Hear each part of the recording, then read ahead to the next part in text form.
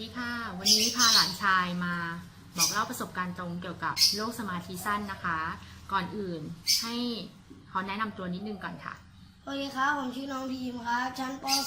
.4 อายุเท่าไหร่ครับอายุ9 ขวบครับค่ะน้องพีมเนี่ยเขาจะมีปัญหาคือเขาเป็นโรคสมาธิสั้นมาตั้งแต่อายุ5 ขวบคือทานยาหมอมาประมาณ 4-5 ปีแล้วทีนี้ปัญหาที่เขาเจอก็คือเวลาเขาไปโรงเรียนเนี่ยเวลาเขาเรียนหนังสือเนี่ยคุณครูก็จะรายงานกลับมากับผู้ปกครองตลอดเลยว่าเขาไม่มีสมาธิในการเรียนพูดมากนั่งไม่อยู่เฉยเดินทั่วห้อง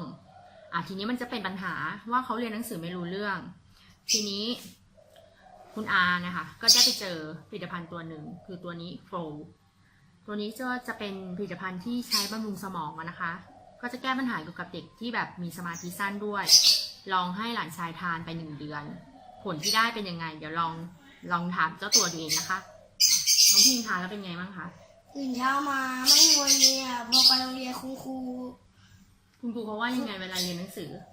มีสมาธิมากขึ้นตั้งใจเรียนมากขึ้นครับคือดีขึ้นว่างั้นใช่ไหมคะค่ะคือทางครอบครัวนะคะก็จะแบบว่าปรึกษากับคุณครูตลอดเพราะว่าเราทราบว่าหลานเรามีปัญหาตรงจุดนี้เราก็ต้องปรึกษาคุณครูตลอดเนี่ยพอให้หลานทานตัวอาหารเสริมตัวนี้เข้าไปเราก็มีการติดตามผลกับทางคุณครูนะคะว่าน้องไปเรียนแล้วเป็นยังไงบ้างดีขึ้นไหมอาการเป็นยังไงคุณครูเขาก็แจ้งกลับมานะคะทางผู้ปกครองว่าน้อง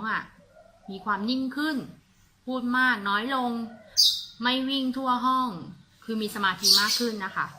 คือตัวเนี้ยอยากจะบอกว่ามันเป็นอาหารเสริมที่บำรุงสมองใครที่กำลังประสบปัญหาที่เหมือนที่ทางครอบครัวเราเจออยู่นะคะแนะนำให้ลองดูนะคะขอบคุณมากค่ะ